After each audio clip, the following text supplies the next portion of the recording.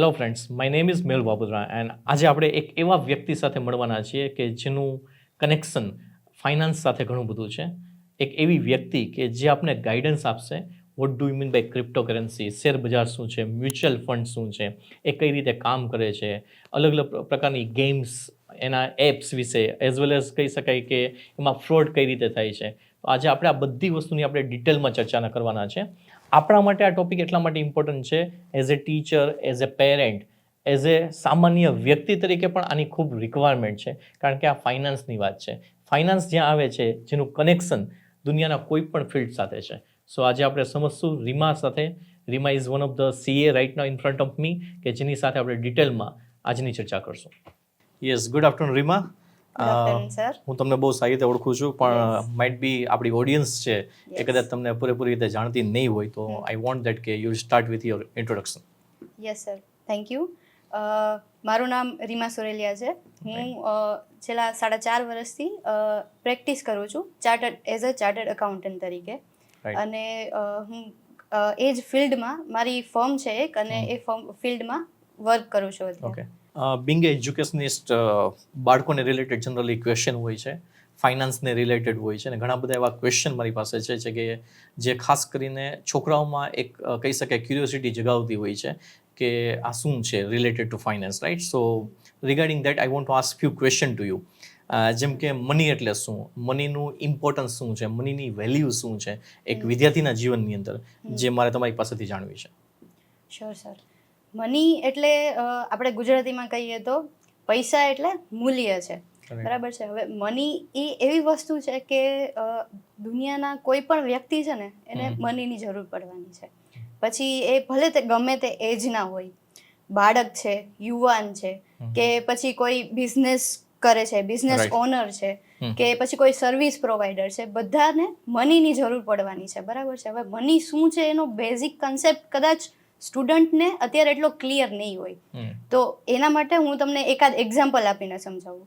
For example, કોઈ વિદ્યાર્થી છે, કોઈ સ્ટુડન્ટ છે, એને એના એજ્યુકેશનને રિલેટેડ કાંઈ બી પરચેસ કરવા જવું છે, બુક્સ જોઈએ છે, પેન, પેન્સિલ, કાંઈ પણ, બરાબર છે. તો એ વસ્તુ મેળવવા માટે જે અત્યારે એની નીડ્સ છે એની એ વસ્તુ મેળવવા માટે એને કંઈક સામે મૂલ્ય આપવું પડશે. અત્યારે દુનિયામાં કોઈ પણ વસ્તુ કે કોઈ પણ સર્વિસ એવી નથી કે જે વિના મૂલ્યે મળી રહે.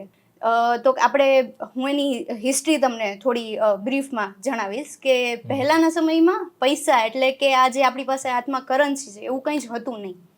કે પહેલાના સમયમાં જે બાર્ટર સિસ્ટમ જ હતી, કોઈ મની નહોતા. એટલે એના પછી ધીમે ધીમે આગળ જતા એ વસ્તુ પૂરી રીતે લોકો માટે ફેર ટ્રેડમાં યુઝ નહોતું થતું. કેમ કે તમારી પાસે ફોર એક્ઝામ્પલ કઈ વસ્તુ છે, જરૂરી નથી કે મારે એ વસ્તુની જરૂર હોય જ, બટ મારે સામે બીજી વ્યક્તિને એ વસ્તુની લેવેચ કરવી છે. તો એના માટે કોઈ એવું કોમન, આપણે કહીએ ને કે કોમન મેઝરમેન્ટ ઓફ થિંગ્સ જોઈએ, કે જેની મદદથી શું થશે કે મારે જે વસ્તુ જોઈએ છે એ પણ હું તમારી પાસેથી લઈ શકું, પ્લસ તમારે પણ કોમ્પ્રોમાઇઝ ના કરવો પડે કોઈ પણ જગ્યાએ. એટલે ધીમે ધીમે શું થયું કે એ લોકો બાર્ટર સિસ્ટમમાંથી ધાતુ, જે આપણે સોનું, ચાંદી, અત્યારે આપણે જે પ્રિશિયસ મેટલ્સ કહીએ છીએ, એની લોકો આપલે ચાલુ કરી. હવે ધીમે ધીમે આગળ જતા એમાં બી એક પ્રોબ્લેમ થયો કે એ જે ધાતુ છે તો એને ઓબ્વિયસલી કેરી કરવી ને એ અઘરી થાય લોકો માટે. તો એના માટે ધીમે ધીમે આગળ જતા આપણે જે અત્યારે યુઝ કરીએ છીએ પેપર કરન્સી છે એનું ચલણ ચાલુ થયું, આપણે કહીએ, બરાબર. એટલે જે મની છે એ બીજું કાંઈ નથી, એક ટ્રસ્ટ છે કે જે હું અર્ન કરું છું, મારી કોઈ બી સર્વિસ છે, બિઝનેસ છે, એમાંથી હું કાંઈ પણ અર્ન કરું છું, એની સામે મને એ નોટ મળશે જેનો ઉપયોગ હું મારી જરૂરિયાતની વસ્તુઓ માટે કરી શકીશ. એક ફાઇનાન્સ મેનેજમેન્ટ છે ને બહુ ઇમ્પોર્ટન્ટ પોઈન્ટ હોય છે, અને કહી શકાય કે સ્ટુડન્ટ માટે ઇમ્પોર્ટન્ટ જનરલી લોકો ગણતા નથી.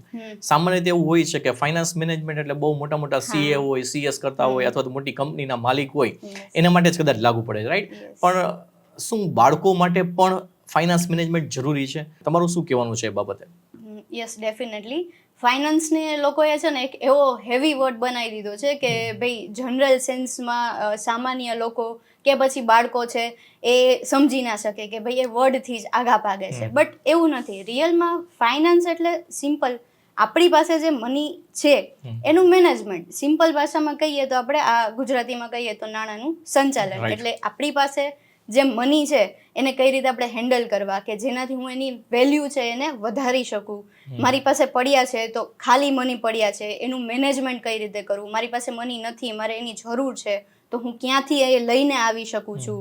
ટૂંકમાં આપણી પાસે રહેલા મની અને પ્લસ એની સામે આપણી શું નીડ્સ છે, આપણી વોન્ટ્સ છે, અને જે બી આપણું એક્સપેન્સીસ છે ને એને આપણે કઈ રીતે સેટલ કરીએ છીએ ને એ સિમ્પલ ભાષામાં કહીએ તો ફાઇનાન્સ છે. બરાબર. એટલે એઝ અ ચાઇલ્ડ એવું નથી કે ચાઇલ્ડ પાસે ક્યારેય મની આવવાના નથી. કદાચ ઓછી અમાઉન્ટમાં પણ રૂપિયા આવે છે, તો એ એમની પાસે આવતા રૂપિયા એનું ઉપયોગ એ કઈ જગ્યાએ કરે, કઈ રીતે કરે, અને એમાંથી કાંઈ બચાવવું કે શું કરવું, મતલબ એ પૂરું એનું પ્લાનિંગ એટલે ફાઇનાન્સ સિમ્પલ ભાષામાં.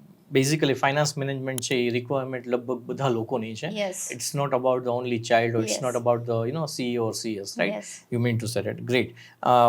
સેવિંગ અને જે ઇન્વેસ્ટમેન્ટ છે એ બેનો એકચ્યુઅલી ડિફરન્સ શું છે, અને બાળકોના અથવા તો કહી શકાય સ્ટુડન્ટની લાઈફ માટે એનું મહત્વ કેટલું છે? યસ. હવે બચત એટલે સેવિંગ ઉપર આપણે પહેલા સમજીએ કે ફોર એક્ઝામ્પલ કોઈ સ્ટુડન્ટ છે, એને 5,000 રૂપીઝ પોકેટ મની તરીકે પર મંથ મળે છે. બરાબર. હવે એની જે જરૂરિયાત છે એ 2,000 થી 3,000 ની અંદર કમ્પ્લીટ થઈ જાય છે. તો બાકીના જે રૂપિયા મળે છે, એમની જે એક્સેસ પડ્યા છે આપણી પાસે, કે જે આપણી ઇન્કમ છે, આપણું ઇનફ્લો જે છે એના કરતાં આપણો જે આઉટફ્લો લેસ કર્યા પછી આપણી પાસે જે રૂપિયા વધે છે ને એને આપણે સેવિંગ કહીએ. બરાબર. હવે ઇન્વેસ્ટમેન્ટ શું છે આપણે સમજીએ. મની જે છે ને એ દિવસે ને દિવસે એનું જે મૂલ્ય છે ને એ ફરવાનું છે. એવું નથી કે આજે મારી પાસે 5,000 રૂપિયા છે ને એ જ મૂલ્ય, એ જ 5,000 રૂપિયાને હું 5 વર્ષ પછી યુઝ કરવા માટે કાઢીશ તો એનું મૂલ્ય છે ને એ સેમ નથી રહેવાનું. જે આપણને ખ્યાલ છે કે ઇન્ફ્લેશન દર વર્ષે જે વસ્તુના ભાવમાં વધારો થાય છે, બરાબર છે, એને લીધે શું થાય છે કે પૈસાનું જે મૂલ્ય છે ને એ ધીમે ધીમે ઘટતું જાય છે. એટલે મારી પાસે આજના 5,000 એ 5 વર્ષ પછીના 5,000 એ બંને વસ્તુ ઇક્વલ નથી રહેવાની. તો આજે તમે કહો છો કે ઇન્વેસ્ટમેન્ટ, તો બાળકોના એંગલથી ક્યાં ક્યાં ઇન્વેસ્ટમેન્ટ કરવું જોઈએ? બાળકોના એંગલ છે, કારણ કે આજે માની લો તમે આપણા મોટા લેવલ તો ઘણા બધા ઇન્વેસ્ટમેન્ટ હાલતા હોય, પણ જ્યારે બાળકની આપણે વાત કરતા હોય અને સ્ટુડન્ટને જે બેનિફિટ આપણે લઈ શકવાનું ઇન્વેસ્ટમેન્ટ, તો એ કઈ કઈ જગ્યાએ કરી શકાય તમારા મત મુજબ? યસ. હવે બાળક માટે વાત બરાબર છે કે બધા ઇન્વેસ્ટમેન્ટના ઓપ્શન છે એ નથી ઓપન. હવે એ અત્યારે એમના લેવલ પર છે ને એવા સેફ ઇન્વેસ્ટમેન્ટ હોય ને એ કરી શકે, જેમ કે ફિક્સ ડિપોઝિટ. એમાં એટલીસ્ટ એમનું જે મનીની જે વેલ્યુ છે ને એ મેન્ટેન રહેશે. પ્લસ થોડું કદાચ મોટું ચાઇલ્ડ છે કે જેને સ્ટોક ઇન્વેસ્ટમેન્ટ, શેર બજાર વિશે જો થોડો ઘણો આઈડિયા છે તો એ પણ વિથ ગાઈડન્સ ઓફ પેરેન્ટ્સ એમાં પણ ઇન્વેસ્ટ કરી શકે છે. કદાચ એમાં ખ્યાલ નથી આવતો તો આપણી પાસે બીજા પણ એવા ઓપ્શન છે, જેમ કે મ્યુચ્યુઅલ ફંડ્સ ને એ બધું છે, એની અંદર એ બાળક ઇન્વેસ્ટ કરી શકે છે કે જેમાં એને અત્યારે વધારે કાંઈ એનું સ્ટડી કે એના નોલેજની જરૂર નથી. તો you talk about the like saving અને ઇન્વેસ્ટમેન્ટ, આ બેનો ડિફરન્સ, કારણ કે આ ડિફરન્સ જાણવો બાળકો માટે ખૂબ જરૂરી છે. કારણ કે ઘણી વાર શું થાય છે કે બાળકો પાસે મની હોય છે, might be they are wasting their money. So at this age આ બહુ ઇમ્પોર્ટન્ટ થઈ જાય કે આ મનીને કઈ રીતે ઇન્વેસ્ટમેન્ટ પણ કરી શકાય છે. અને તમે બહુ સરસ કન્સેપ્ટ કીધો કે તમે જો સેવિંગ કરી શકો ને તો ઇન્વેસ્ટમેન્ટ થઈ શકે, તો સેવ કરવા પણ એટલા જ જરૂરી છે, એવું પણ મને ક્યાંક ને ક્યાંક કન્ક્લુઝન દેખાય છે. ઓકે, ખાસ કરીને કઈ ઉંમરથી બાળકોએ ઇન્વેસ્ટમેન્ટ અને કહી શકાય સેવિંગ એ કરવું જોઈએ, અને એને એઝ એ પેરેન્ટ તરીકે અથવા તો એઝ એ ટીચર તરીકે અમારે જો બાળકોને સમજાવવું હોય આ કન્સેપ્ટને, તો અમે કઈ રીતે મૂકીએ કે જેના દ્વારા બાળકોને સમજાય આ વસ્તુ? યસ, બહુ સારો ક્વેશ્ચન છે. હવે as a teacher, as a શિક્ષક શું કરી શકે કે જે એની અંદર રહેલું જ્ઞાન છે ને એ બાળકોને પ્રેક્ટિકલી પહોંચાડે. બાળક છે એ અત્યારે પણ ક્યાંય પણ જાય, માર્કેટમાં જાય કે બીજે ક્યાંય પણ જાય તો એનો યુઝ કરે જ છે, બટ એ ખાલી કનેક્ટ નથી કરી શકતા કે એની બુક્સની અંદર જે વસ્તુ આપેલી છે, બરાબર છે, એનો એ પ્રેક્ટિકલ ઓલરેડી યુઝ કરે છે. તો એ જે કનેક્શન છે ને એ એઝ અ ટીચર એમને આપી શકે કે જે એમની બુક્સમાં છે એ પ્રેક્ટિકલી એ લોકો યુઝ કરે જ છે. ઓકે, સો એટ કઈ એજથી આ બધું સ્ટાર્ટ કરવું જોઈએ? મારા બે ક્વેશ્ચન હતા કે કઈ એજથી સ્ટાર્ટ કરવું જોઈએ, અને સેકન્ડ વસ્તુ એ છે કે ભાઈ ટીચરે કયા ઉદાહરણ દ્વારા એને સમજાવવું જોઈએ, ખાસ તો પેરેન્ટે કઈ રીતે સમજાવવું જોઈએ એમ? ઓકે. હવે એજ સ્પેસિફિક તો ના કહી શકાય, પણ આપણે જોઈએ છે કે ઘણા બધા બાળકો છે ને બહુ નાની એજથી એની પાસે એટલી નોલેજ આવી જાય છે કે ત્યાં પહોંચે છે. તો 12 થી 14 વર્ષના કદાચ બાળક છે તો એને થોડું ઘણું બેઝિક મની શું છે એટલીસ્ટ એ આઈડિયા તો હોવો જોઈએ. પછી એ જે રીતે આગળ હવે 16-17 વર્ષના જો યુવાન છે તો એની પાસે ફાઇનાન્સ શું છે, ફાઇનાન્સને કઈ રીતે મેનેજ કરી શકીએ ને એનું જ્ઞાન હોવું જરૂરી છે. કે અત્યારે એટલીસ્ટ એ એજ સુધી જો કોઈ બાળક પહોંચે છે તો એની પાસે મની શું છે, એને મેનેજ કઈ રીતે કરવા, એ બધું જ્ઞાન હોવું છે ને આજની જે દુનિયા છે ને એમાં જરૂરી છે. અને પ્લસ માતા પિતા પણ એને હેલ્પ કરી શકે. કઈ રીતે કે પેરેન્ટ્સ જે છે એમને બાળકને જો સારી રીતે આ બધામાં ઇન્વોલ્વ કરે. મેઇન પ્રોબ્લેમ શું છે કે બાળક નાનું હોય ને એટલે આ બધી મેટર જે ફાઇનાન્સ ને મનીની મેટર હોય ને એમાં બાળકને ઇન્વોલ્વ ના કરે કે ના હજી તું નાનો છે તો એને નહીં ખ્યાલ આવે. બટ નહીં, આપણે એને ઓપ્શનમાં આપણે શું કરી શકીએ કે ના એ નાનો છે બટ એને જેટલો ખ્યાલ આવે ને એટલું જ્ઞાન આપણે એને આપીએ કે ના યસ એટલું ઇનપુટ્સ આપીએ તો એનાથી શું થાય કે નાની એજથી એને ખ્યાલ આવે કે આપણા ઘરમાં પણ કઈ રીતે મની મેનેજ થાય છે. બારે આપણે જ્યાં માર્કેટમાં હું જાઉં છું, હું ક્યાંય મૂવી જોવા જાઉં છું કે ત્યાં બધે મારી પાસે રહેલા મનીનો હું ઉપયોગ કઈ રીતે કરું છું. ફાઇન. મની અને રોકાણ પ્રત્યે બાળકોનો માઇન્ડસેટ કેવો હોવો જોઈએ અને ખાસ માટે એના માટે કોઈ તૈયારી કરવી જોઈએ કે ન કરવી જોઈએ એના માટે? યસ, મની, હવે એનો માઇન્ડસેટ છે ને સિમ્પલ છે કે જો બાળકને એટલી વસ્તુ ખબર હોવી જોઈએ કે મારી પાસે આજે હાથમાં કોઈ રૂપિયા છે તો એનું રોકાણ એટલે ઇન્વેસ્ટમેન્ટની વાત કરીએ તો એમાંથી થોડા તો રૂપિયા આપણે બચાવીને રાખવાના છે. સામાન્ય રીતે બેંક છે એમાં જનરલી રૂપીઝ મૂકવાનું બધા લોકો પ્રિફર કરતા હોય છે ટ્રેડિશનલ મેથડ મુજબ. પણ અત્યારે કોઈ એવા ઓપ્શન છે કે જે બાળકો એમાં, કારણ કે એનું પર્ટિક્યુલર જે વ્યાજ મળતું હોય છે, બરાબર, ઇન્ટરેસ્ટ મળતું હોય છે, એ ફિક્સ લેવલ પર હોય છે. તો do you suggest anything else apart from the બેંકમાં જે મૂકવાનું હોય છે એના સિવાય બીજું કંઈ આપણે સજેસ્ટ કરી શકીએ? યસ, જો બેંક છે એ આપણી ફર્સ્ટ પ્રાયોરિટી છે કેમ કે એ સેફ છે. હવે કોઈ સ્ટુડન્ટ્સ એવા છે કે જેને ફાઇનાન્સ મતલબ કે આપણા આ રીતે મની વિશે રુચિ છે વધારે અને એમાં વધારે નોલેજ એ લઈ શકે છે તો એ શું કરી શકે, બીજા ઘણા ઓપ્શન્સ છે. એમાંથી બીજો એક સારો ઓપ્શન છે ને એ મ્યુચ્યુઅલ ફંડ છે, બરાબર. એટલે એઝ અ ચાઇલ્ડ કદાચ એની પાસે એટલું નોલેજ નથી બટ એ શું કરી શકે કે એના રૂપિયાને કોઈ એવા વ્યક્તિને આપી શકે કે જેની પાસે પૂરું નોલેજ છે, એક્સપર્ટ હોય. યસ, એક્સપર્ટને આપી શકે કે મારા આટલા ભલે થોડા મની છે એને તમે મેનેજ કરો અને આમાંથી બીજા મની જનરેટ કરો. Okay, so that food B also one of the options. Yes, right. Okay, share બજાર શું છે અને ખાસ કરીને એ કઈ રીતે કામ કરે છે? અને બાળકો ખાસ કરીને સ્ટોક માર્કેટ વિશે સાંભળે છે અને સરળ શબ્દોમાં જો આપણે બાળકોને સમજાવવું હોય કે આ શેર બજાર શું છે, કારણ કે શેર બજાર છે ને બે રીતે જોવામાં આવે છે. એક, ઘણા બધા લોકો કહી શકાય, ફ્રેન્કલી કહું છું, કે ઉઠી ગયા હોય છે, એવી એંગલથી પણ જોવા મળે છે. અને ઘણી વાર એવું પણ જોવા મળે છે કે શેર બજારમાં ઘણા બધા રૂપિયા મળ્યા. એટલે આ બે અલગ અલગ એક પ્રતિભાવ જોવા મળતા હોય છે માર્કેટની અંદર. અને નાના બાળકોને જો આપણે વાત કરીએ તો નાના બાળકો, I mean to say that 12 થી 18 વર્ષની ઉંમરના બાળકોથી કદાચ આવા શબ્દો સાંભળેલા હોય તો આને કઈ રીતે આપણે સમજાવશું બાળકોને? ઓકે, હવે શેર બજાર સમજતા પહેલા આપણે શેર સમજીએ કે શેર શું છે. હવે આપણે એક એક્ઝામ્પલ લઈએ. હવે આલ્ફા છે, એની કોઈ એક ફોર એક્ઝામ્પલ ટી સ્ટોલ છે, બરાબર છે. તો એ ટી સ્ટોલમાંથી અત્યારે પર મંથ એ શું કરે છે, 1 લાખ જેટલા એનું સેલ છે, બરાબર છે. હવે એમાંથી એનો આપણે નેટ પ્રોફિટ કહીએ તો એ કેટલું કમાય છે. હવે ફોર એક્ઝામ્પલ અત્યારે એ 40,000 રૂપિયા એમાંથી કમાઈ લે છે. હવે એને શું કરવું છે, એની એક્સટેન્ડ કરવી છે, એટલે બાજુમાં બીજી શોપ ખોલવી છે. એટલે બીજા લાખ રૂપિયા એ ફોર એક્ઝામ્પલ 10 જણા પાસેથી 10,000 રૂપિયા લે છે, બરાબર છે. એટલે એ 10 જણા પ્લસ આ ટોટલ એની જે હવે બિઝનેસ છે ને એના 11 ઓનર્સ છે, આપણે એવું કહી શકીએ, બરાબર. એટલે હવે શું થશે કે એ 2 શોપમાંથી, હવે પહેલા આપણી પાસે 40,000 રૂપીસ એમની પાસે બચતા હતા, હવે 2 શોપ થઈ ગઈ તો એમની પાસે 80,000 રૂપીસ બચશે. તો એ 80,000 રૂપીસને શું કરશે કે બધા વચ્ચે ડિસ્ટ્રીબ્યુટ કરશે, જે બી એમનો રેશિયો છે કોન્ટ્રીબ્યુશનનો, એ રીતના બધાને એ પ્રોફિટ શેર કરશે. જેટલું પણ અમાઉન્ટ રોક્યું છે in terms of the finance, એટલું પાછળના પર્સન્ટેજના ફોર્મમાં એને રિટર્ન મળશે, એવું કહેવા માંગુ છું, right? Yes, right. Mutual fund શું છે? ખાસ કરીને હમણાં થોડીક વાર પહેલા તમે વાત કરી કે મ્યુચ્યુઅલ ફંડમાં રોકવા જોઈએ, બરાબર છે. અને ખાસ કરીને બાળકો માટે એ કઈ રીતે કામ કરે છે? યસ, આપણે આ જે વાત કરતા હતા ને શેરની, એની જ હું કન્ટિન્યુ કરું કે એ આપણે એક્ઝામ્પલ આપીને સમજ્યા કે એ શું છે.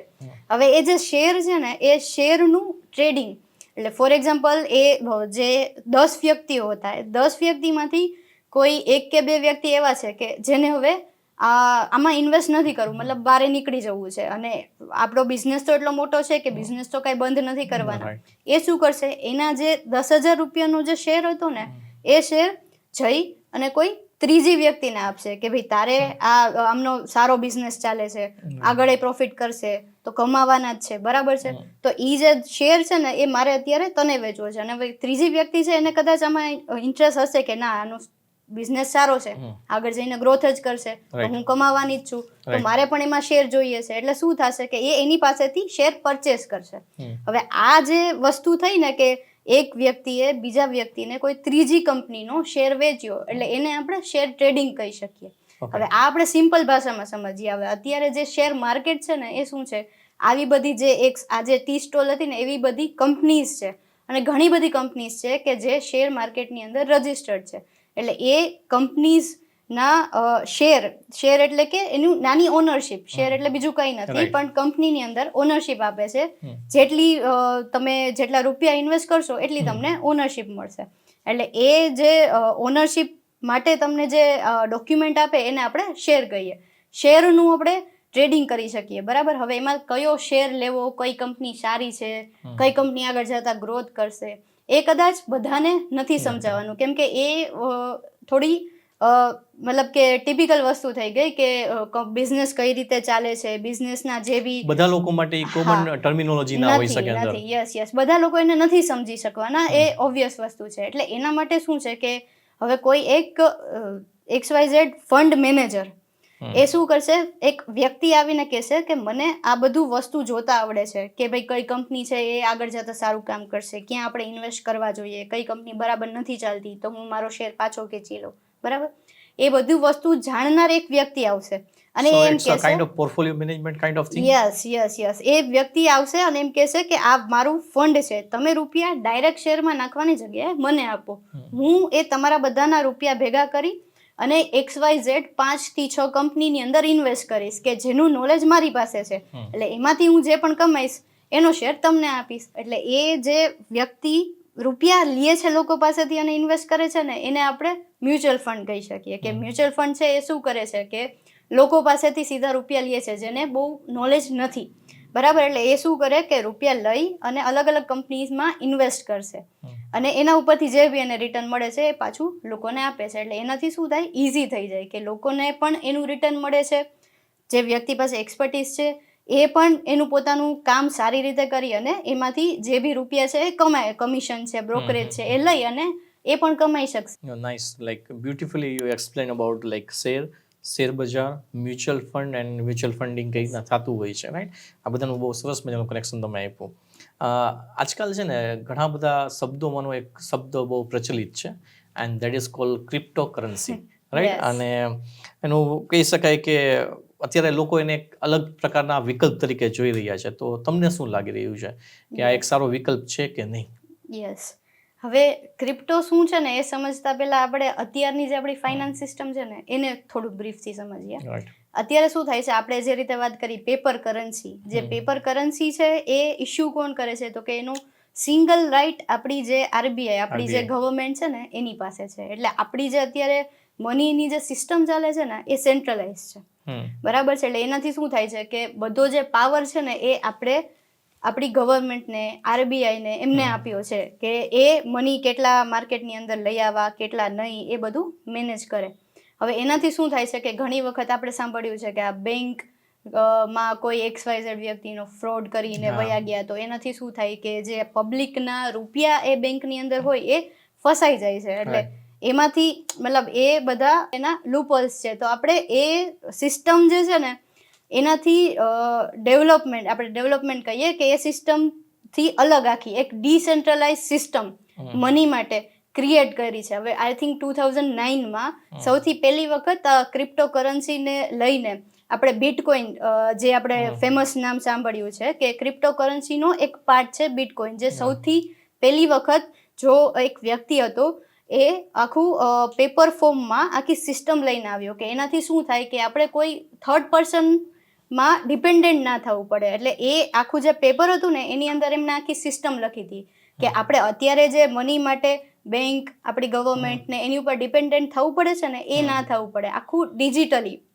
જે મની આપણું જે છે એ આખું ડિજિટલી જ હેન્ડલ થાય. ટ્રાન્ઝેક્શન બધા એનાથી થ્રુ થાય. યસ. હવે સિમ્પલ ભાષામાં કહીએ ને તો એ બ્લોક ચેઇન થી કામ કરે છે. આપણું જે બિટકોઇન છે બ્લોક ચેઇન થી કામ કરે છે. બ્લોક ચેઇન શું છે કે જે ધારો કે મારે અને તમારી વચ્ચે કોઈ એક ટ્રાન્ઝેક્શન થયો છે બિટકોઇનમાં, બરાબર છે, તો મારી પાસે એક બ્લોક હશે અને તમારી પાસે પણ હશે. હવે એની અંદર નોટ થશે કે મારે તમને જે બી 50 કે આ કાંઈ પણ જે છે રૂપિયા આપવાના છે, બરાબર છે. એટલે એ બંનેના બ્લોકમાં નોટ થશે અને એ બ્લોક લોક થઈ જશે. પછી મારી પાસે રહેલા રૂપિયાને હું પાછા થર્ડ પર્સન પાસે યુઝ કરવા જઈશ, એટલે એનો આખો નવો બ્લોક ક્રિએટ થશે કે જેની અંદર મારો જે જૂનો ટ્રાન્ઝેક્શન છે ને એનો પણ રેકોર્ડ હશે અને આગળ હું જે કરું છું ને એ રીતે જેટલા પણ ટ્રાન્ઝેક્શન થશે ને એ બધાના બ્લોક્સ ક્રિએટ થશે. એટલે ઈ જે બ્લોક્સ છે, બ્લોક્સ તમે જે કહો છો એ ડિજિટલી થશે, right? Yes, digitally, completely digitally. એટલે એમાં કોઈ હ્યુમનનું આપણે છે જ નહીં, ઇન્વોલ્વમેન્ટ જ નથી. એટલે એનાથી શું થશે કે આખું ડિજિટલી મની જે છે ને એ હેન્ડલ થવા માંડ્યું કે એમાં કોઈ થર્ડ પર્સન, ગવર્મેન્ટનું કંઈ જ ઇન્વોલ્વમેન્ટ નથી આવવાનું. એટલે એ આખું ડિજિટલ કરન્સી, આખી બ્લોક ચેઇન છે. બ્લોક ચેઇન ઉપર બિટકોઇન કે આપણે અત્યારે એક્ઝામ્પલ બિટકોઇનનું લઈએ તો એ કામ કરે છે કે બિટકોઇનના જેટલા ટ્રાન્ઝેક્શન થશે એટલી એની બ્લોક્સ ક્રિએટ થશે અને એનાથી જ એ મેનેજ થાય છે. મતલબ કે આમાં કોઈનું સેન્ટ્રલાઇઝ, કોઈની ઓથોરિટી કે એવું કંઈ જ નથી. હવે આ જે ક્રિપ્ટો કરન્સી આવશે ને તો એનો પાવર કોઈ પાસે નથી, બરાબર છે. એ કરન્સી છે એ ક્રિએટ કઈ રીતે થાય છે તો કે એના માઇનર્સ હોય છે, આ જે ક્રિપ્ટો કરન્સીના ને એના, એ લોકો શું કરે છે કે ઓનલાઈન આ બધી એનું જે બી વર્ક છે ડિજિટલી એ સોલ્વ કરી અને બિટકોઇન્સને બધું ક્રિએટ કરે છે અને એ XYZ પર્સન જેને પણ જોઈએ છે એને બિટકોઇન્સ આપે છે અને એ જે પ્રોસેસ કરે છે એને બદલામાં બિટકોઇન જ મળે છે. આપણે જે આ વસ્તુ આખી કરીએ છીએ ને જે પ્રોસેસ છે એને આપણે ક્રિપ્ટોગ્રાફી કહી શકીએ. બિટકોઇન્સ છે એ એનો એક પાર્ટ છે. એવા ઘણા બધા બીજા ક્રિપ્ટો કરન્સી પણ અત્યારે માર્કેટમાં ચાલે છે. આપણે લાઇટ કોઇન છે, ડજ કોઇન છે, એવા ઘણા બધા બીજા છે. બટ અત્યારે સૌથી જૂનું ને જે સૌથી પહેલું કહીએ ને તો એ બિટકોઇન છે. એટલે કદાચ એનું ચલણ અત્યારે વધારે છે ને લોકોને કદાચ ખબર હશે તો ક્રિપ્ટો એટલે બિટકોઇન. આપણે કરન્સી તરીકે એને યુઝ બહુ ઓછા લોકો કરે છે, બહુ ઓછા કન્ટ્રીઝમાં કરે છે, કેમ કે એની વેલ્યુનું ફ્લક્ચ્યુએશન છે ને એ બહુ વધારે છે. એટલે ઓલ્ટરનેટિવલી ઇન્વેસ્ટમેન્ટ તરીકે આપણે એને વધારે યુઝ કરી શકીએ. કેમ કે એની વેલ્યુ છે પ્લસ માઇનસ થાય છે કે આજે હું એક બિટકોઇન છે એને ધારો કે એક્સ પ્રાઇઝમાં લઈ શકું છું તો કાલે કદાચ એના પ્રાઇસ છે 10-20% કે એવા ઇન્ક્રીઝ થઈ જશે તો એ પાછા સેલ કરીને હું પાછા મારી પાસે જે મની છે એને હું લઈ લઈશ. એટલે એ ઇન્વેસ્ટમેન્ટ તરીકે કદાચ એક સારો ઓપ્શન છે. બટ કરન્સી તરીકે હજી અત્યારે એ એટલા યુઝમાં નથી આવતું કેમ કે લોકો હજી એને એટલું એક્સેપ્ટ નથી કરતા કેમ કે ન્યૂ છે લોકો માટે. ઓનલાઈન ગેમિંગની અંદર જે ફ્રોડ થાય છે અથવા તો જે ગેમ્બલિંગ છે, આ બે વચ્ચેનો ડિફરન્સ શું છે અને છોકરાઓને જો આનાથી થોડા ઘણા દૂર રાખવા જોઈએ કે ન રાખવા જોઈએ? જો રાખવા જોઈએ તો કઈ રીતે રાખવા જોઈએ? Yes sir. હવે ગેમ જે છે ને એ બે પ્રકારની છે. એક આપણે ઓફલાઈન ગેમ કે જે આપણે કદાચ અત્યારે રમીને મોટા થયા છીએ, બાળકો રમે છે કે જે નોર્મલ છે, જે કોઈ નુકસાન નથી કરતી. અને બીજી જે ઓનલાઈન ગેમિંગની અંદર છે ને એક ગેમ્બલિંગ છે. ગેમ્બલિંગ શું છે કે જેની અંદર મની ઇન્વોલ્વ થાય છે, બરાબર છે. હવે એનો સોલ પર્પસ એ જ છે કે લોકો પાસેથી રૂપિયા કઢાવવા, બરાબર છે. હવે આપણે એક્ઝામ્પલ લઈએ ઓનલાઈન ગેમિંગના ને એના કે ભાઈ આ ફેન્ટસી ગેમ્સ છે બધી જે કે તમે ટીમ ક્રિએટ કરી અને એની અંદર જો તમારી ટીમ છે વર્ક કરશે તો તમને રૂપિયા મળશે, પ્લસ તમે પ્લેન ઉડાડીને તમને જેટલું ઊંચું જશે એટલા રૂપિયા મળશે. હવે એ વસ્તુનું કોઈ લોજિક જ નથી. સિમ્પલ વસ્તુ છે કે એ બેઠા છે તો આપણા રૂપિયા લેવા માટે જ બેઠા છે. એટલે બાળકોને એ વસ્તુની ખબર હોવી જોઈએ કે જો કોઈ વ્યક્તિ આવીને એમ કહે છે કે તમે ઓનલાઈન ગેમિંગની અંદર આ XYZ કરશો અને જીતશો તો તમને એની અંદર રૂપિયા મળશે, તો એ વસ્તુ છે ને એ ખોટી જ છે. કેમ કે એમાં ઘણા બધા લોકો અને ઘણા બધા એક્ઝામ્પલ અત્યાર સુધીના એવા છે કે જે એની અંદર ઇન્વોલ્વ થયા છે, ઘણા બધા રૂપિયા એમણે લોસ કર્યા છે અને ઇવન ઘણા બધા લોકોએ સુસાઇડ પણ કર્યા છે. સોલ પર્પઝ એનો સોલ રીઝન આ જ છે કે ઓનલાઈન ગેમિંગની અંદર, ગેમ્બલિંગની અંદર આપણે કહી શકીએ રૂપિયા એમણે ગુમાવ્યા છે. હવે એના એક બે એક્ઝામ્પલ તમને કહું તો ખાલી બાળક આની અંદર ઇન્વોલ્વ થાય છે એવું નથી. એક આર્મી ઓફિસર પણ હતા, એમને પણ ઓનલાઈન ગેમિંગની અંદર ફસાયા હતા. તો એમને પણ એમની ઇન્કમ હતી 55,000 અરાઉન્ડ મંથની અને 20 લાખ જેટલા લોન લઈ અને એ રૂપિયાની અંદર ઇન્વેસ્ટ કર્યા હતા કે જેનીમાંથી બહાર નીકળવું એના માટે હવે એને બીજા 5-6 વર્ષ આપવા પડે એવા હતા. આપણે બીજા એક્ઝામ્પલ જોઈએ, એક IIT નો સ્ટુડન્ટ હતો. હવે એને ક્રિકેટનો બહુ શોખ હતો.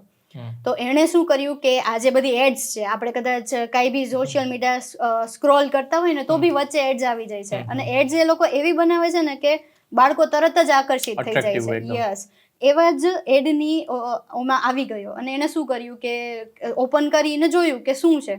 તો એમાં ખાલી એટલું જ હતું કે તમે 50 રૂપિયા નાખી અને ગેમ રમો અને જો જીતી ગયા તો તમને ₹1 કરોડ મળશે. બરાબર? એટલે જીતવાની ચાહમાં એને શું કર્યું કે 50 રૂપિયામાં તો શું જોવાનું છે, બાળકોનો માઇન્ડસેટ શું હોય કે ભાઈ આટલે આ નાની અમાઉન્ટ હું આમાં કદાચ નાખીશ તો એમાં મારું કંઈ એટલું બધું વયું નથી જવાનું. બટ એને ખબર નથી કે એક વખત એ ટ્રેપની અંદર ચાલુ થઈ ગયું, વયા ગયા છે, પછી એ વસ્તુનો કોઈ અંત જ નથી. હવે ધારો કે 50 રૂપીઝ એમને ઇન્વેસ્ટ કરી અને એક વખત ગેમ ચાલુ કરી, હવે જો એ હાર્યા તો એ ફરીથી જીતવા માટે રમશે, અને જો એ જીત્યા તો એ વધુ જીતવા માટે રમશે. બરાબર? એટલે એક ટ્રેપ છે કે તમે હારો જીતો ડઝન્ટ મેટર, બટ આપણું માઇન્ડ જે છે ને એ ફિલોસોફીથી એમાં ને એમાં ગૂંચવાયેલું રહેવાનું છે કે આપણે પછી બાળક એની બારે નીકળી જ ના શકે. પછી ધીમે ધીમે આજે એક્ઝામ્પલની વાત કરું છું, એમાં એ પર્સને પોતે કહેલું કે ચાલુ એણે 50 રૂપિયાથી કરેલું, પછી એ આપણી ઇન્ડિયાની અંદરના ક્રિકેટ, ફૂટબોલ, આ તે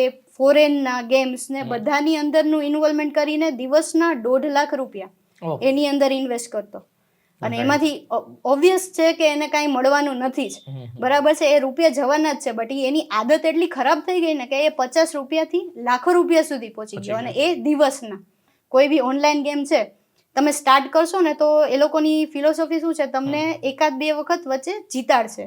એટલે એનાથી બાળકને શું થાય કે 10 વાર રમ્યા, 4 વાર જીતા તો અને 6 વાર હાર્યા, એટલે એને એ જે 4 વાર જીતા ને એની ચાહ હોય કે ના હું ક્યારેક રૂપિયા આમાં કમાઉં છું ખરા.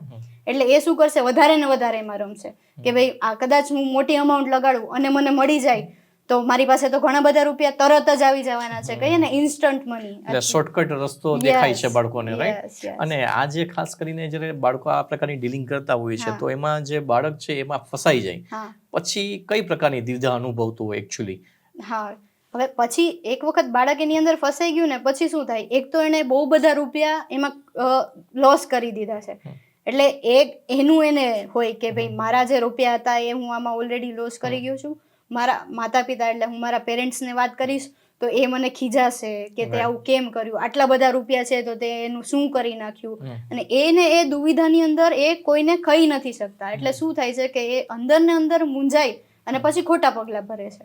એટલે જે એની શરૂઆત જે છે ને એ જ બાળકે ચેતીને રહેવું જોઈએ કે જે બી આ ઓનલાઈન આ બધા તમને કદાચ સોશિયલ મીડિયામાં અને એમાં જે પણ એડ્સ દેખાય છે ને એમાં શરૂઆત કરવી, એ શરૂઆતમાં કદાચ તમને સામેથી રૂપિયા પણ આપશે કે તમે કાંઈ પણ તમારા રૂપિયા લગાડ્યા વગર તમે આવો, બટ એ શરૂઆત જ અઘરી છે. જો ત્યાંથી જ બાળક સમજી અને અટકી જાય ને તો કોઈ વસ્તુ આગળ થવાની નથી. બટ જો એક વખત એની અંદર વયું ગયું છે બાળક તો પછી એમાંથી બહાર નહીં નીકળી શકે.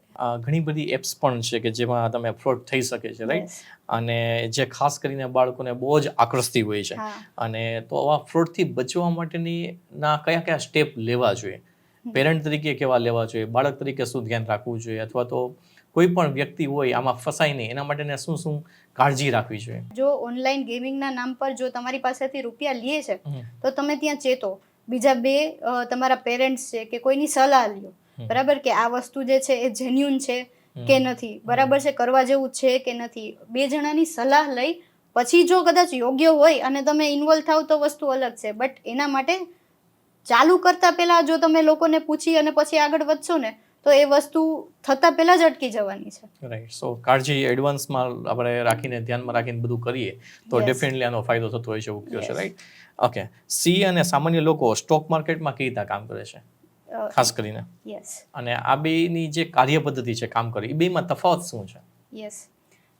સિમ્પલ ભાષામાં હું તમને કહું તો બ્રોકર છે ને એ શું છે, આપણે વચ્ચે જે એક્ઝામ્પલ લીધું હતું મ્યુચ્યુઅલ ફંડનું, બરાબર છે, તો મ્યુચ્યુઅલ ફંડ છે એ મેનેજ કરવાવાળા એક વ્યક્તિ છે. હવે એ જ રીતે સામાન્ય લોકોને જે રૂપિયા ક્યાં ઇન્વેસ્ટ કરવા એ ખબર નથી પડતી, બરાબર છે. તો એનું જે કામ કરે છે આપણા વતી જે શેર્સમાં, ડાયરેક્ટ જો શેર્સમાં કદાચ આપણે ઇન્વેસ્ટ કરવું છે તો આપણે ઘણા બધા બ્રોકર્સ એવા અવેલેબલ છે કે જે આપણને ગાઈડ કરે છે કે તમે કઈ જગ્યા પર કેટલું ઇન્વેસ્ટમેન્ટ કરી શકશો કે જેનાથી તમને વધારેમાં વધારે રૂપિયા છે એ પાછા મળશે. એટલે એ રીતે બ્રોકર છે એમનું કામ એ જ છે કે લોકોને સાચી દિશા બતાવી. અને એઝ અ સીએ હું તમને કહું તો સ્ટોક માર્કેટની અંદર સીએનું એમ જોઈએ તો કંઈ કામ નથી, બટ સીએને એ રીતે આપણે યુઝ કરી શકીએ કે આપણે મની છે એને સૌથી સારી રીતે કઈ રીતે મેનેજ કરવા, એના માટે તમે ઓફકોર્સ એની ગાઈડલાઇન્સ લઈ શકશો કે જે આપણું ફાઇનાન્સ છે સૌથી વધારે અત્યારે અગત્યનું છે, એને સૌથી સારી રીતે આપણે કઈ રીતે મેનેજ કરી શકીએ. રાઈટ. સો આપણી સમક્ષ આજે રીમા મેમ હતા કે જે ખાસ કરીને અલગ અલગ પ્રકારના ઘણા એવા ક્વેશ્ચન કે જે ખાસ કરીને પેરેન્ટ તરીકે, બાળક તરીકે અથવા તો એક સામાન્ય નાગરિક તરીકે જાણવા જરૂરી છે, સમજવા જરૂરી છે.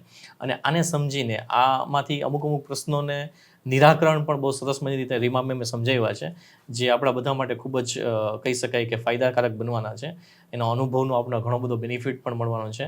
આ પોડકાસ્ટ દ્વારા એ એમના પોતાના વિચારોને રજૂ કર્યા છે અને જે સાંભળી અને આપણે વધારે એને આપણે ફોલો કરવાનો પ્રયત્ન કરશું. Thank you.